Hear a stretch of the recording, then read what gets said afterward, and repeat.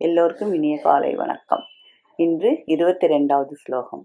உபத்ரஷ்டானுமந்தாச்ச பர்த்தா போக்தா மகேஸ்வரக பரமாத்மேதி சாப்யுக்தோ தேகேஸ்மின் புருஷக பரக.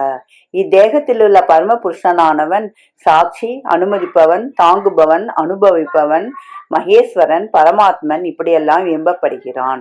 உடலிலே இத்தனை செயல்கள் நடைபெறுகையில் அஞ்ஞானத்தில் உழலும் ஜீவனானவன் தன்னை இத்தனைக்கும் கர்த்தாவாக எண்ணுகிறான். அந்த ஜீவ சைதன்யமே பரமாத்மாவின் தோற்றமாகும்.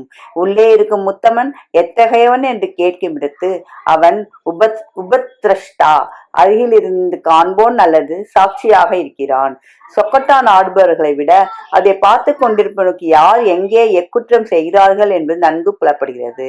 மனத்தகத்து சாட்சியாயிருக்கும் பரமாத்மா உடலிலும் உள்ளத்திலும் நிகழ்வனவற்றை பார்த்து கொண்டிருக்கிறார். அனுமந்தா, அனுமதி அல்லது சம்மதம் கொடுப்பவர்.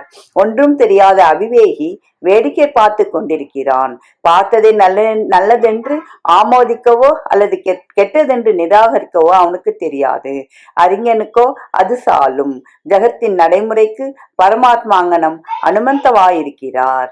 பர்த்தா, விளையாட்டை பார்க்கவும் அனுமதிக்கவும் ஒருவனுக்கு இயலலாம். ஆனால் அதற்கு ஆகிற செலவு கொடுத்து அதை ஆதரிக்க இயலுகிறவன் அதிலும் விக்கான் ஆகிறான். அவனை பர்த்தா என்று சொல்ல வேண்டும்.